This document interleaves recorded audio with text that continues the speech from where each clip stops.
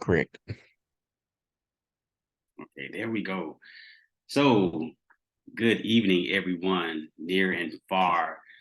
Tonight is the final night that we are talking about this concept of purpose, and it's a four-part lesson on four different P's. And as you can see from your screen tonight, we're talking about passion.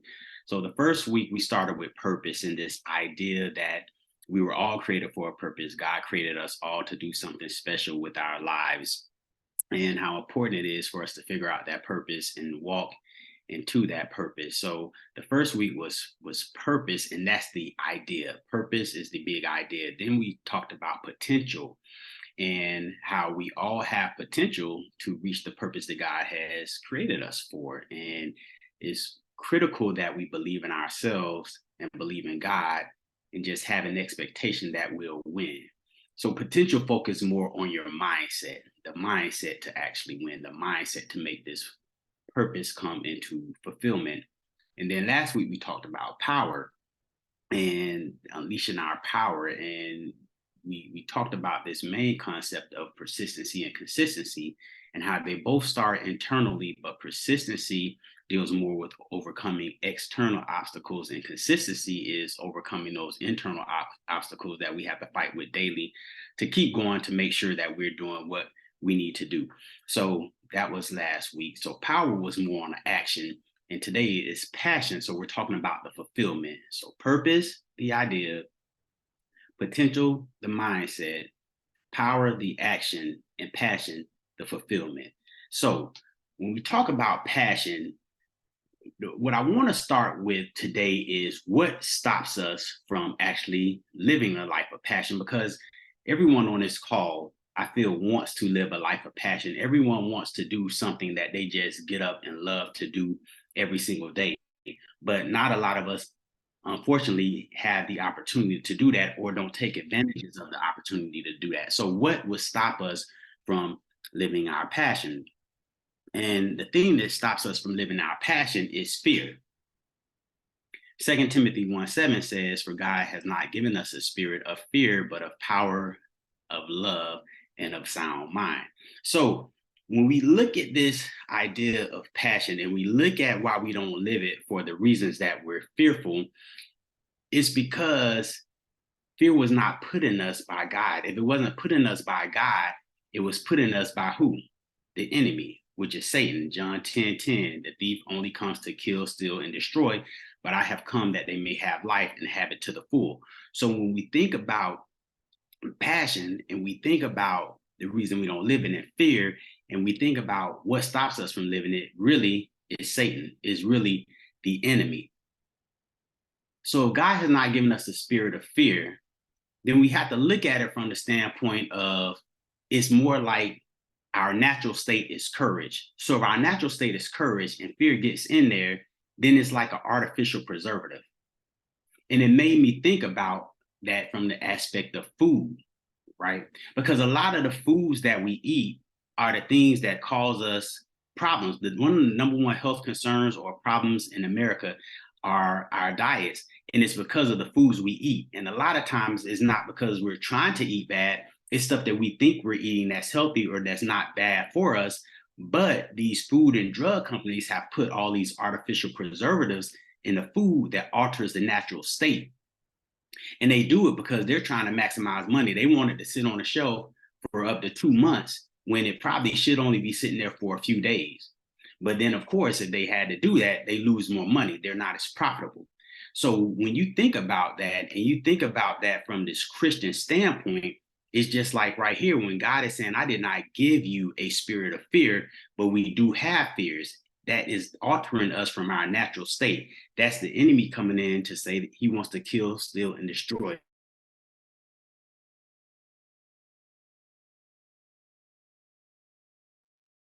Sorry about that. So, so that's what happens to us. We get into that point of being fearful. Now, I'm not going to sit up here and say that being fearful isn't going to happen. It's going to happen. I'll admit I have fears, but fear is not necessarily the issue. The issue is when we let that fear stop us from acting on what we're supposed to do, because we're all human. We're going to fall short. We're going to do things that God doesn't like. We're going to sin from time to time. So having fears, even though it's not natural and God did not give it to us, is going to happen. But the problem is, like I've heard said before, it's okay to let a bird fly over your head. Just don't let it build a nest in your head. It's okay. It's gonna fly over. Things and thoughts are going to come and go. But we have to look to God to make sure, okay, what did God create me to do? What does God want me to do? And one thing about your passion that I know is your passion will drive you to action. Passion drives you to action. Perfect example. Last year in May of 2022, in Uvalde, Texas, we've all heard and we've all saw the news. Unfortunately, at Robb Elementary School, on I think the last day or the day before the last day of school, a perpetrator went into the school and a young guy killed a whole bunch of kids. And when the shooting first took place and the perpetrator entered the school and there was notification to the authorities, the police, they went in, they went into the school and they set up a perimeter. And they set up a perimeter around the school. Now, some way the parents in the community started to hear about what was going on. So these parents are going up to this school and they're trying to get past the police to get in to get their kids. So you have parents who are unarmed trying to get into a school against the armed gunman to get their kids because that's where their passion lied. They weren't fearful. They didn't care. Even if they had fear, they were going to overcome it because they said, what I love is more important than the fears that I'm having right now. I'm so passionate about my kids that I'm going to try to get in there. And one lady actually got in and she was able to get her kids out some way. But these parents, because of their love, they overcame their fear because what they were passionate about outweighed what they were fearful of. Then you have these police officers. These officers are standing there. They can overmatch this person, right? They weren't unarmed. They had more artillery. They had more people. They had the same firepower that this guy had, and they stayed there for an hour. Why did that happen? Because they had no passion. Their kids were not in the building. They didn't care. I bet you at least one of those officers, but say 2 or 3 of those officers had kids in that classroom that was getting killed, they wouldn't have stayed waiting out there for an hour before they entered why this guy steadily killed more kids. Brother McDuffie, what's the point? The point is your passion drives your actions. When your passion and your love for whatever you want to do outweighs your fears, you will find out a way to make it happen. You will do everything you can in your power to make it happen. And the thing about us living our passion is most of the time, we don't even have to fear death. We just have to fear failure. But we let this fear of failure stop us from living a life of passion. So I want to encourage you. I want to look and say, hey, if you're not living a passion, check that fear factor. Let those fears go. Operate in the natural state that God has given you and let those artificial preservatives that are coming in from the enemy go, because that is what's going to stop you from living a life of passion that you were called to live, that you deserve to live, and that you actually want to live. So after we get past this thing of fear, then the next thing we must do is we must let go. Right? Philippians 4:6 says, do not be anxious about anything, but in every situation by prayer and petition with thanksgiving, present your request to God. So sometimes you just have to let go. When it comes to living your passion, you have to let go. I had this professor in school, in law school, excuse me, and his name was Professor Griffin. And I love this guy. He was probably one of the smartest men I ever met, and one of the just nicest and most humble too, which is probably why I loved him so much. But he was just brilliant. I mean, this guy was brilliant, and he'd ask questions in class that there was really no way most of us knew how to answer. And that's how law school is. They ask a whole bunch of questions that you trap either way you go, and they just know how to talk circles around you because they're well more trained and they've been doing it for a while. But some of the professors in law school actually try to embarrass you when they ask questions that you didn't know the answer to. This guy was different. This guy was different. He wanted to challenge you and see how it would go, but he had an open learning environment in his class.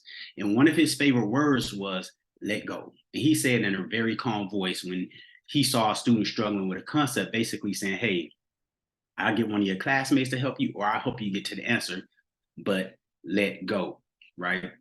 So we have to let go in some ways to make sure we're getting to a life of passion. So what must we let go? Keep calm and take a step back. Sometimes we have to let go mentally. Mentally, we have to let go. Because sometimes when we live our passion, things might not go according to the way that we planned them to go or the way we thought they would go in our heads. So sometimes we have to step back and reassess. Just because you're living a life of passion, and I'm pretty sure I said this last week, or you're living your purpose, it doesn't always mean things are just going to go perfectly or the way you thought that they were going to go. So what you have to be willing to do, though, is not give up on it. You have to just step back sometimes and say, okay, what do I need to do? How do I reassess this situation? Sometimes what was successful last year won't be successful this year. So don't get discouraged if you actually were on a run of success and then you things start to slide downhill, right? You have to keep with it, but step back sometimes and let go, because sometimes we try so hard, we hold on to things that we can crush them, and then we crushing our dreams and we crushing our passions. Let go sometimes, step back, reassess, and get a game plan to move forward. And when you do that, you'll find your way through the situation. So sometimes we have to actually let go mentally. It's up here. Let go. Sometimes we have to let go physically. All right. Sometimes we actually have to physically let go. There are some places that you just have to go alone. Some places where your inner circle cannot go with you. And we didn't talk about inner circle. That's chapter 3 of my book. I think it will bless a lot of people once you read it. But the inner circle are the people who are there for you, the people who are on your team. There's places that they can't go with you. I almost liken it to when you look at boxing, right? Boxing. You see these boxers come out to the ring. They have an entourage of a whole bunch of people. They walking them all the way up to the ring. They going down there. But as soon as that bell rings, it's only one person in there throwing and taking them punches. It's your passion. It's your life. You don't have to throw and take the punches. Nobody else can throw with you or for you, and nobody else can take it. You can't jump nobody in boxing. It's one-on-one. So you have to man up or woman up and do what you have to do to live your passion. Now your team is going to help you. You're going to have your team, once that bell rings and the round's over, you can go back and reassess. You can go back to your team. You can go back to your people who you can talk to, who you can trust, who you can vent to and get some advice or do whatever. But they can't take those punches for you. So sometimes you just have to let go physically. And the reason I use this photo of this mother dropping this kid off to school is because last year when my kids first started school, I was that parent, because I'm the one who calms them down a little better. I'm the one who, can get a little more enforcement if I have to. But when it was time for them to go to school, we knew it wasn't going to be a pleasant experience with them. And my wife, she loves them so much that it hurts her to see them cry or anything like that. And me, I don't like to see them cry either, but I know, hey, in order for them to be everything that they're going to be, they need to go to school. They need to learn. They need to have this experience. So for me, it's like, okay, it ain't no problem for me to drop them off. Cry all you want to, but you got to stay there as long as they ain't hurting you. Right. So it's some places that we are going to have to go by ourselves if we're ever going to get to the point of where we're going to be. But here's the thing. As Christians, we are never by ourselves. Even with my kids, that's one thing I know, that even though I drop them off, I might not be there with them, God is with me. And nothing can happen to them that God doesn't allow to happen. So with us, and when we come to live in our passion, sometimes we have to let go. Sometimes we have to let go of others to let them live their passion. Sometimes we have to let go of others and live our own passion. And once you let go, then let's go, right?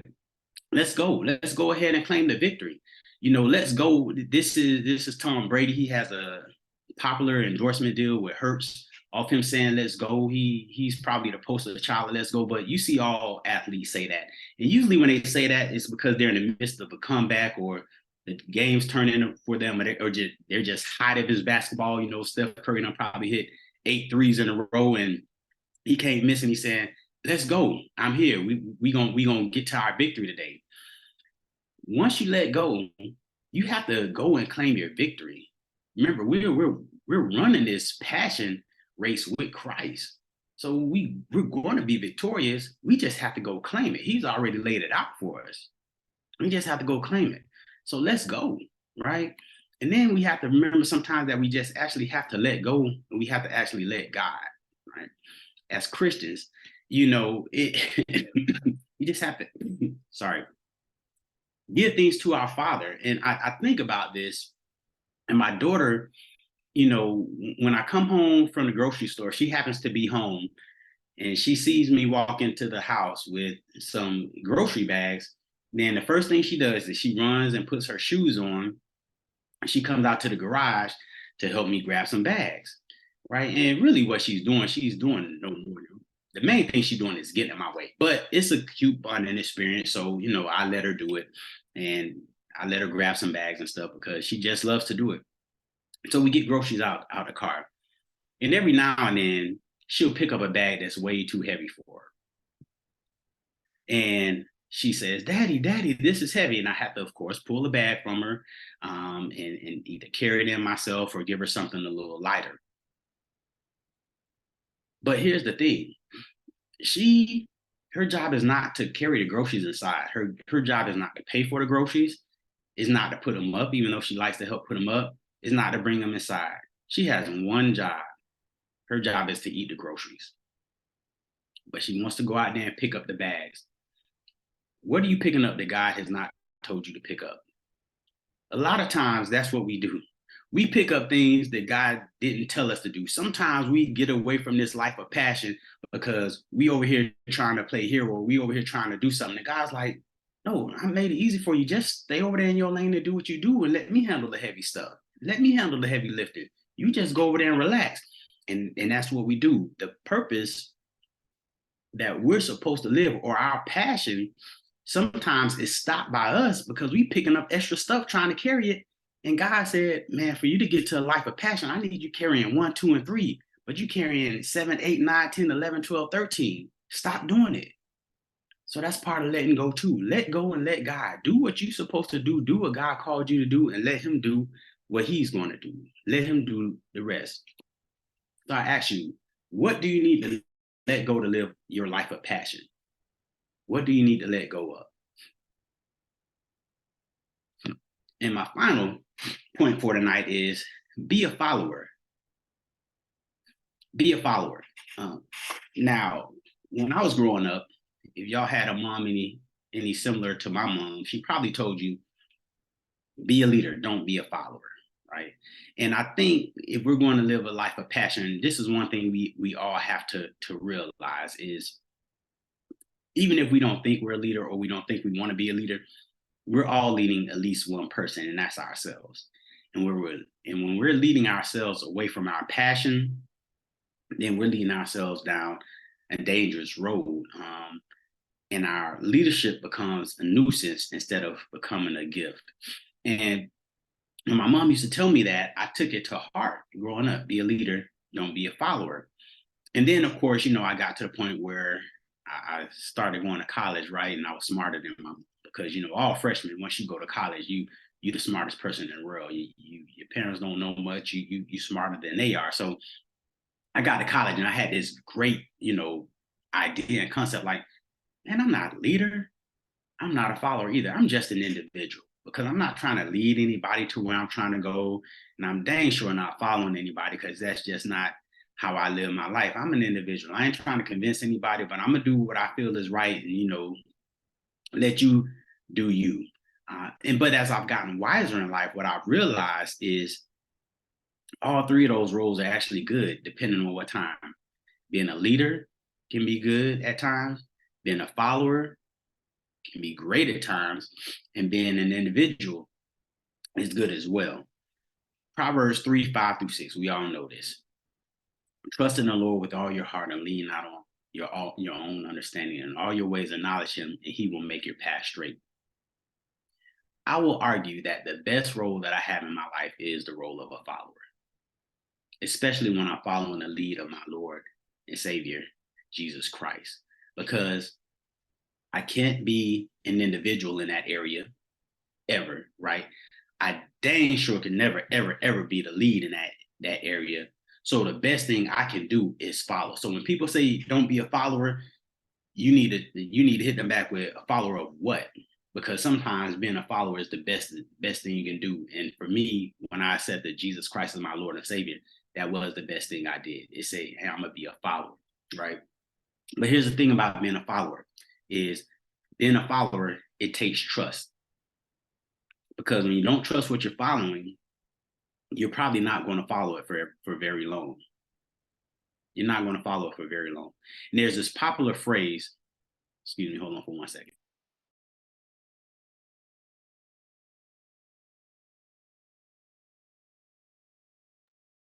So there's this popular phrase, and I'm using it from the boardroom to probably even professional sports. And I know I hear it a lot in college sports, and it's called trust the process, right?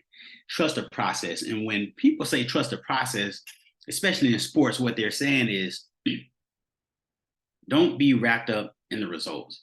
Just be wrapped up in the right behaviors, and eventually you'll get the results, because you can't control the results.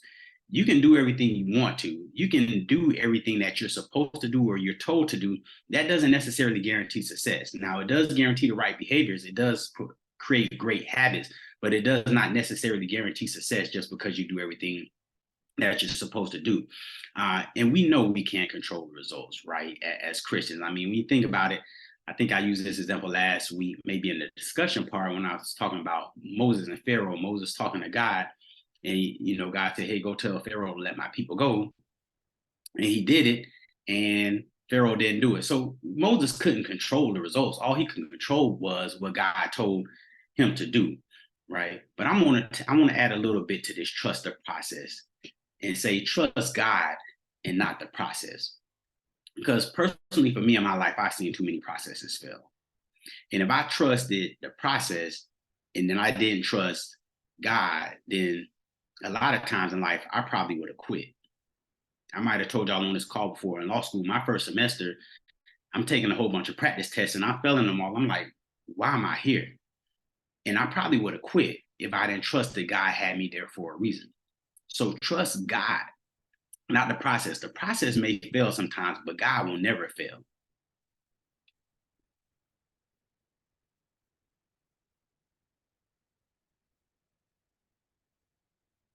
Sorry. Trust requires stepping out when it doesn't make sense and you cannot see what you're stepping out on while having the conviction that you're taking the right steps. Okay. Think about it. Trust God, not the process. The process doesn't sometimes make sense. You take this thought here of trust requiring that you step out when it doesn't make sense. Because a lot of times in the Bible, we'll see where things that people didn't make sense. The Israelites had to step and take steps around Jericho before the walls would eventually fall. Moses had to step into the Red Sea before the waters were part, allowing them to walk and cross on dry land. Right. The priests led by Joshua had to step into the Jordan before the rivers would recede and allow them to cross on dry land. Peter had to step out of the boat so he can walk on water. None of those things made sense. None of those things made sense. If you would have gave that to them without God and say, trust the process, this is going to work, they wouldn't have did it. But that's why I say trust God, not the process, because none of that stuff makes sense without God. But with God, even the impossible can happen. The stuff that doesn't make sense, all of a sudden makes sense and it comes to light. So trust God and don't trust the process, right?